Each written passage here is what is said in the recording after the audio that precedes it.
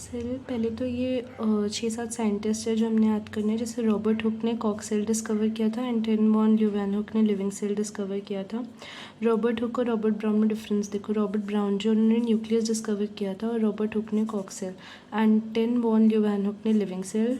Schleiden और Schwann, Schleiden ने plant cell, श्वान ने एनिमल सेल, ठीक है। और ये मिला के उन्होंने सेल थ्योरी फॉर्मुलेट करी थी। तो सेल थ्योरी किसने दी अगर पूछें तो श्लीडन और श्वान। और सेल थ्योरी का एक ड्रॉबैक था, it did not tell how new cells were formed. Cell theory का एक ड्रॉबैक था कि इसने नहीं बताया था कि नए सेल्स कैसे फॉर्म होते हैं। वो रुडोल्फ फर्क ने बनाया था कि cells rise from pre existing cells, जिसे हम बोलते हैं यूनिसेलुलर सेल्यूलर।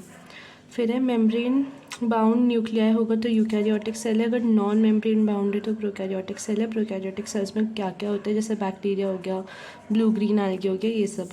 मेम्ब्रेन वाली जो माइक्रोबॉडीज़, वैक्यूल्स, लाइजोसोम्स होते हैं और जैसे ERB, गोल्जी कॉम्प्लेक्स, ये सब जो हैं वो मेम्ब्रेन बाउंड होते हैं। और नॉन मेम्ब्रेन बाउंड में क्या क्या आता है, राइबोसोम, सेंट्रोसोम, ये सब।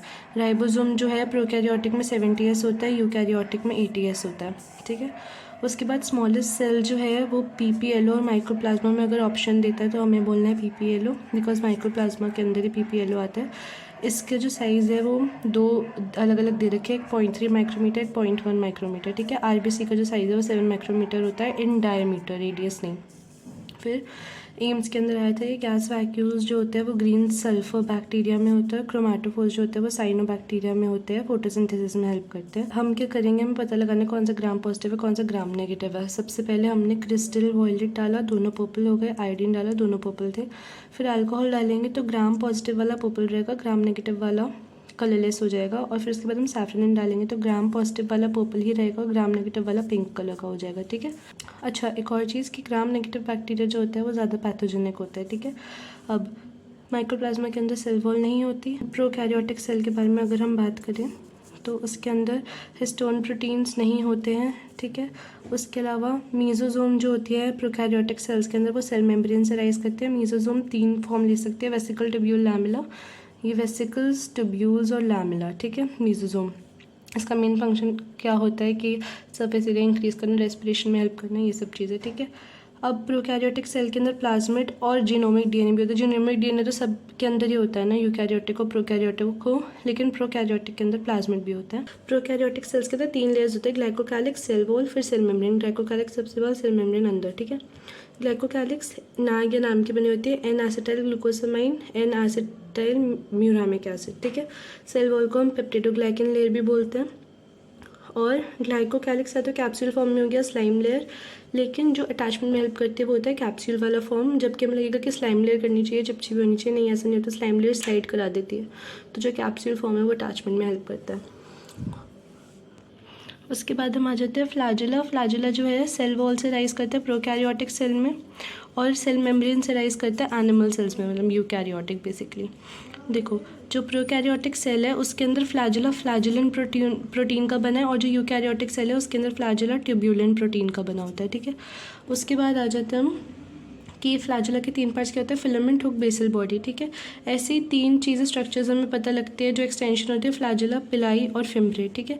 पिलाई जो होती है वो ऐसी ऐसी स्ट्रक्चर्स होती है, ठीक है, और फ्लैजेला मूवमेंट में हेल्प करता है।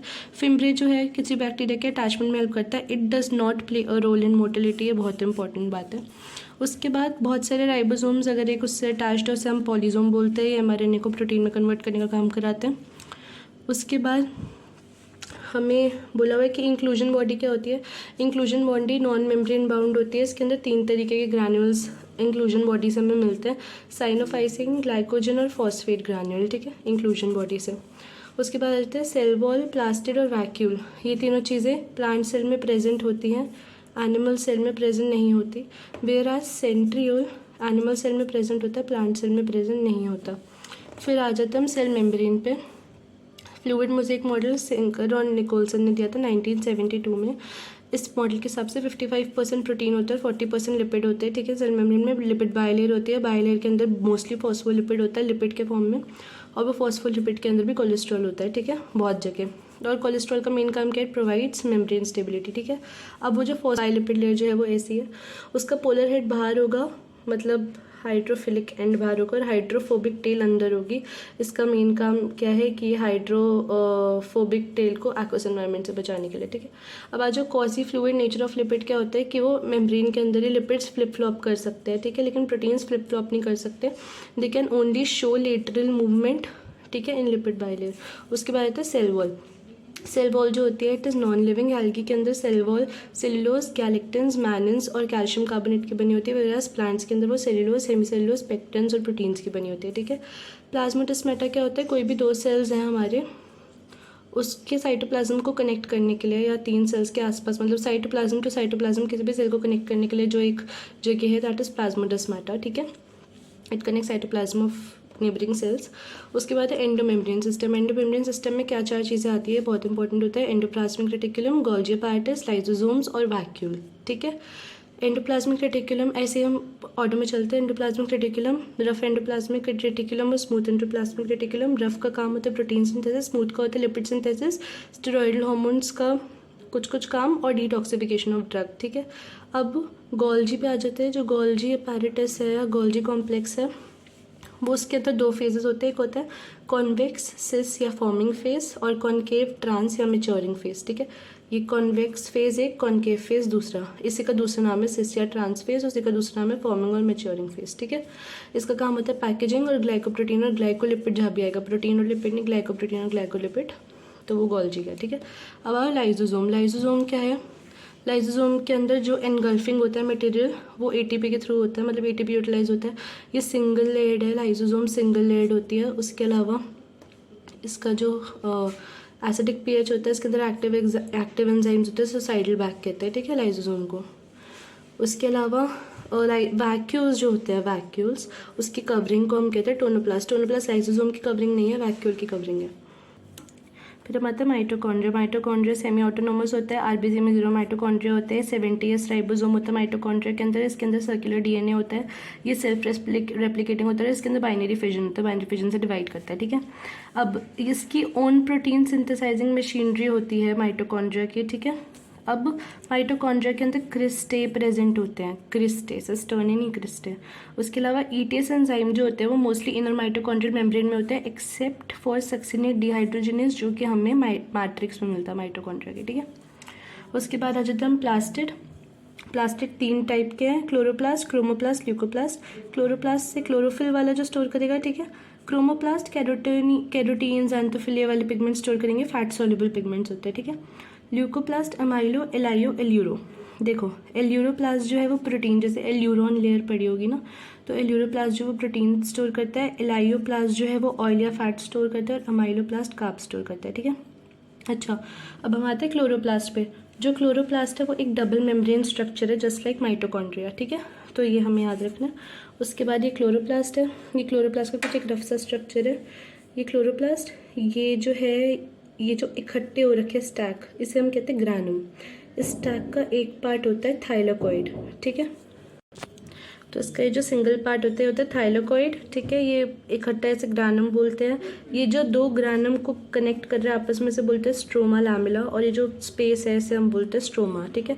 स्ट्रोमा के अंदर डार्क रिएक्शन होता है, किसी और चैप्टर में पढ़ेंगे, और जो थाइलाकॉइड के होता है उसके अंदर लाइट रिएक्शन होता है, ठीक है। इसके अंदर भी 70s राइबोसोम होता है, circular DNA semi autonomous binary fission से डिवाइड करेगा। अब क्लोरोप्लास्ट का नंबर वेरी कर सकता है, क्लाइमिडोमोनास में जैसे 1 क्लोरोप्लास्ट होता है और 20 से 40 क्लोरोप्लास्ट होता है मेसोफिल सेल्स में, ठीक है। अब जो इनर मेम्ब्रेन होती है, ये बहुत इंपॉर्टेंट है कि जो इनर मेम्ब्रेन होती है क्लोरोप्लास्ट की, it is relatively less permeable, ठीक है। उसके बाद है राइबोसोम। राइबोसोम जॉर्ज पैलेट ने डिस्कवर किया था। राइबोसोम के अंदर कोई मेम्ब्रेन नहीं होता है, that is non membrane bound organelle, ठीक है। अब 2 तरीके के राइबोसोम हो सकते हैं, 70s जो कि प्रोकैरियोटिक में मिलता है और 80s जो कि यूकैरियोटिक में मिलता है। 70s जो है वो 50 और 30 पे डिवाइड होता है, तो सोचिए 50 + 30 80 होता है, ऐसा नहीं होता, किसी और रीज़न से 50 और 30 में डिवाइडेड है जो कि मिलकर 70 बनाता है, और ऐसे ही 80 वाला जो है उसकी 2 सब यूनिट्स है 60 और 40। ये जो S लिखा होता है 60s 40s, ये होता है स्वेडबर्ग यूनिट, ठीक है, या फिर सेडिमेंटेशन कोएफिशिएंट। फिर है साइटोस्केलेटन। साइटोस्केलेटन में आता है माइक्रोट्यूब्यूल, माइक्रोफिलामेंट। जो माइक्रोट्यूब्यूल है वो ट्यूब्यूलिन प्रोटीन का बना होता है, जो माइक्रोफिलामेंट है वो एक्टिन प्रोटीन का बना होता है, ठीक है। अब जैसे फ्लैजेला और सीलिया है, इनके अंदर 9+2 अरेंजमेंट होती है, ठीक है। 9+2 कैसे, ये पेरिफेरल माइक्रोट्यूब्यूल्स हैं, माइक्रोट्यूब्यूल से बना है फ्लैजुला और सीलिया, ठीक है। ये पेरिफेरल माइक्रोट्यूब्यूल्स है, 9 है, 1 2 3 4 5 6 7 8 9, ठीक है।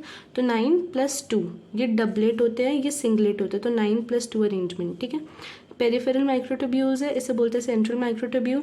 ये जो आपस में एक दूसरे से कनेक्टेड है उसे हम लोग बोलते हैं इंटरडबलेट ब्रिज या लिंकर्स, दोनों में से कुछ भी बोल सकते हैं। ये जो बीच में है इसको हम बोलेंगे सेंट्रल माइक्रोट्यूब्यूल, ठीक है। इस पूरे को हम, और हाँ, हर ये डबलेट के ऊपर 3 ऐसे 6 या 3 स्पोक्स होते हैं, उसे हम बोलते हैं रेडियल स्पोक्स, ठीक है। अब इसको पूरे को हम बोलते हैं कोर या एक्सोनीम, जिससे हमारा सीलिया और फ्लैजुला बना होता है, ठीक है। ऐसे ही एक दूसरी चीज़ होती है, कन्फ्यूज होते हैं लोग ज़्यादातर, लेकिन कन्फ्यूज नहीं होना। साइटोस्केलेटन अलग चीज़ है और एक दूसरी चीज़ होती है सेंट्रोजोम और सेंट्रियोल। अब ये हमारा एक सेंट्रियोल है, ये हमारा एक सेंट्रियोल है, ये सेंट्रियोल मिलके एक सेंट्रोजोम बनाता है, ठीक है। अब सेंट्रियोल जो है, मतलब ये जो सिंगल स्ट्रक्चर्स हैं, ये एस फेस में डुप्लीकेट करते हैं, ठीक है। ये सेंट्रोजोम जो पूरा है ये एमॉर्फस पेरीन्यूक्लियर स्पेस या एमॉर्फस ओ स्पेस कह रही हूँ, सॉरी, एमॉर्फस पेरीन्यूक्लियर मटेरियल से सराउंडेड होता है, ठीक है। और ये कार्टवील लाइक स्ट्रक्चर होता है, इसका 9 + 2 अरेंजमेंट नहीं होता, 9 + 0 अरेंजमेंट होता है। मतलब ये 9 के ट्रिपलेट है, 1 2 3 4 5 6 7 8 9, उसके बीच में जो जहाँ से कनेक्टेड है उसे हम कहते हैं हब, ठीक है। और जो सेंट्रियोल है ये it forms basal body of cilia और फ्लैजुला। सीलिया और फ्लैजुला बेसिकली इससे बने हैं, लेकिन उसकी जो बेसल बॉडी होती है वो हमारी सेंट्रियोल से बनी होती है। हम आ जाएंगे क्रोमैटिन पर। क्रोमैटिन फ्लेमिंग ने दिया था। न्यूक्लियस जो है वो डबल मेम्ब्रेन स्ट्रक्चर होता है, ठीक है, ये देखो। फिर ये है हमारा न्यूक्लियोपोर, ये है डबल मेम्ब्रेन, न्यूक्लियर मेम्ब्रेन, ठीक है। फिर ये हमारा जो साइटोप्लाज्म होता है वैसे न्यूक्लियोप्लाज्म, ठीक है। और यहाँ पे क्रोमैटिन मटेरियल अलग से, ठीक है। अब क्या है, synthesis of nuclear membrane occurs by rough endoplasmic reticulum. ये एक क्वेश्चन था कि nuclear membrane rough endoplasmic reticulum synthesize करती है। फिर अब किस किस चीज़ के अंदर हमारा न्यूक्लियस होता ही नहीं है। एक तो एरिथ्रोसाइट्स में न्यूक्लियस नहीं होता और एक सीप ट्यूब सेल्स में नहीं होता न्यूक्लियस। फिर आता है हमारा न्यूक्लियोलस। न्यूक्लियोलस जो न्यूक्लियस के भी अंदर है, नॉन मेम्ब्रेन बाउंड होता है, मतलब मेम्ब्रेन नहीं होती है इसके अंदर, मेम्ब्रेन लेस, और it is active site for RNA synthesis, ये भी बहुत इंपॉर्टेंट होता है, ठीक है। फिर अब ये हमें डिफरेंस समझाने में हेल्प करेगा। हमने एक स्ट्रक्चर पढ़ा है कि जो डीएनए होते हैं वो histone proteins, DNA plus histone proteins हमारा एक मिलके न्यूक्लियोसोम बनाते हैं। फिर वो न्यूक्लियोसोम आगे जाके क्रोमैटिन बनाता है, ऐसे जॉइन हो के न्यूक्लियोसोम, ये एक न्यूक्लियोसोम है, ठीक है। ये न्यूक्लियोसोम जॉइन हो के क्रोमैटिन बनाता है, जिससे अल्टीमेटली हमारा क्रोमोसोम बनता है, ठीक है। अब आ जाओ, ये एक्स्ट्रा पार्ट है लेकिन ये नीट में पूछा गया है कि लैम्प्रेश क्रोमोसोम जो होते हैं वो हमारे डिप्लोटीन ऑफ oocyte में दिखते हैं, ठीक है। और पॉलीटीन क्रोमोसोम्स जो होते हैं they are found in salivary glands of insects, जिससे हम मैल्फीजन, बैल्बियन, ये रिंग्स भी बोलते हैं। इनका काम क्या होता है, they are responsible for RNA synthesis, ठीक है। फिर आ जाओ, ये हमारा एक क्रोमोसोम है, ठीक है। ये एक क्रोमोसोम है पूरा, ये 4 साइड वाला, इसमें 2 क्रोमैटिड है, एक क्रोमैटिड ये, एक क्रोमैटिड ये मैं स्ट्रक्चर बस एक्सप्लेन कर रही हूँ, क्रोमोसोम क्रोमैटिड में कन्फ्यूज होता है। फिर आता है हमारा सेंट्रोमियर, ये जो पार्ट इन्हें आपस में कनेक्ट कर रहा है, सेंट्रोमियर। फिर हर एक क्रोमैटिड के ऊपर भी ऐसा डॉट होता है, ठीक है, उससे हम बोलते हैं काइनेटोकोर। काइनेटोकोर का फंक्शन क्या होता है कि वो स्पिंडल फाइबर्स, जब डिवीजन के टाइम पे स्पिंडल फाइबर्स होते हैं उससे अटैच करके डिवीजन कराते हैं, ठीक है। उसके अलावा हमारे कई क्रोमोसोम्स के ऊपर यहाँ पे ऐसे स्ट्रक्चर्स होते हैं, इसे हम बोलते हैं सैटेलाइट, और इसका ये जो एंड वाला पार्ट होता है इसे हम बोलते हैं टीलोमियर, ठीक है। टीलोमियर क्या होता है, दे आर गुआनिन रिच, ठीक है। उसके बाद आ जाओ क्रोमैटिन। क्रोमैटिन बेसिकली किसका बना है, DNA plus basic protein histone plus non protein histones plus RNA, ठीक है। अब 4 टाइप के पोजिशनिंग हो सकती है ना ये सेंट्रोमियर की। अगर बिल्कुल बीच में है तो हम इसे बोलेंगे मेटासेंट्रिक, थोड़ा ऊपर है या थोड़ा नीचे है तो सब मेटासेंट्रिक, थोड़ा कोने पे है तो एक्रोसेंट्रिक, और सबसे कोने पे है तो टीलोसेंट्रिक। मेटासेंट्रिक वी शेप का लगता है माइक्रोस्कोप में देखने में, सब मेटासेंट्रिक एल शेप का, एक्रोसेंट्रिक जे शेप का, और टीलोसेंट्रिक आई शेप का। तो हम इसे VLJI ऐसे याद कर लो, meta sub meta acro telo, ठीक है। उसके बाद माइक्रो बॉडीज़ क्या होती है, दे आर मेम्ब्रेन बाउंड। इन माइक्रो बॉडीज़ जो है वो मेम्ब्रेन बाउंड होती है, इसके अंदर एंजाइम्स होते हैं। हमारे माइक्रो बॉडीज़ में ही 2 टाइप की चीज़ें आती हैं, ग्लाइकोक्सिजोम और परऑक्सिजोम। ग्लाइकोक्सिजोम फैट को कार्ब में कन्वर्ट करने का काम करती है, और परऑक्सिजोम H2O2 मेटाबॉलिज्म कराता है। फिर एक चीज़ होती है स्फेरोजोम, जिसको हम प्लांट लाइजोजोम बोलते हैं। तो ये चैप्टर यही फिनिश हो गया।